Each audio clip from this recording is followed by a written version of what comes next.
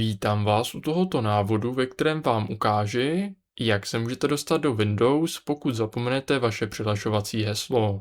Pokud jste ve Windows ve vašem počítači přihlášení pomocí místního účtu, tak ten postup, jak se můžete dostat do vašeho počítače, je takový, že nejprve stiskněte klávesu Shift a klikněte na Restartovat. Následně se dostanete do této nabídky a zde klikněte na možnost odstranit potíže. Klikněte na Upřesnit možnosti. V následující nabídce klikněte na možnost Příkazový řádek, poté se vám otevře tento příkazový řádek a do příkazového řádku zadejte tento příkaz. Následně se vám otevře poznámkový blok a v poznámkovém bloku klikněte na soubor a klikněte tady na Otevřít. Poté si otevřete tento počítač, no a jakmile si otevřete tento počítač, tak zde klikněte na místní disk C. Otevřete si poté složku Windows a ve složce Windows jděte následně úplně dolů a otevřete si složku Systém 32. V následujícím kroku tady najdeme na soubor typu, klikneme na tuto šipku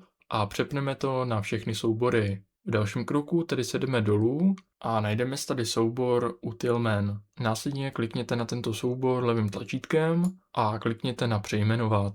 A přejmenujte tento soubor na Utilmen 2. Jakmile to budete mít přejmenované, tak sejďte úplně nahoru a najděte si tady soubor CMD. Klikněte na soubor CMD levým tlačítkem a dejte Přejmenovat. A tento soubor přejmenujte z CMD na Utilmen. Jakmile to budete mít přejmenované, tak poté obnovte stránku. Uděláte to tak, že kliknete levým tlačítkem a kliknete na Aktualizovat. No a jakmile to máme aktualizované, tak to můžeme zavřít.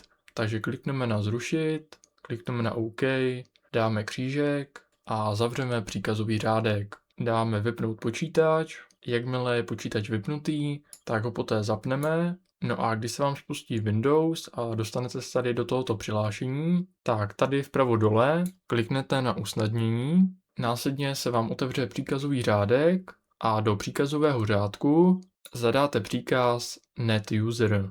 Po zadání tohoto příkazu následně zadejte příkaz NetUser a za to název vašeho účtu.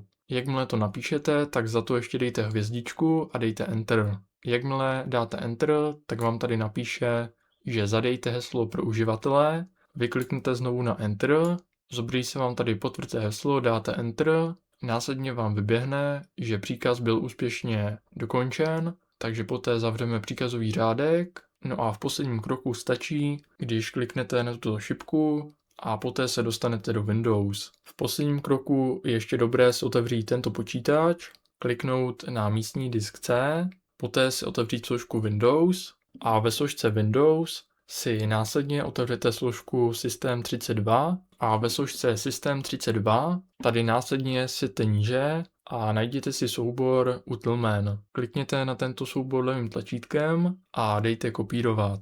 Jakmile si to skopírujete, tak stačí, když kliknete levým tlačítkem a dáte Vložit. Klikněte na Pokračovat a jakmile se vám tady vloží tato kopie, tak klikněte na tu kopii, dejte Přejmenovat a přejmenujte to na CMD. Klikněte na Ano, no a poté už to je hotové.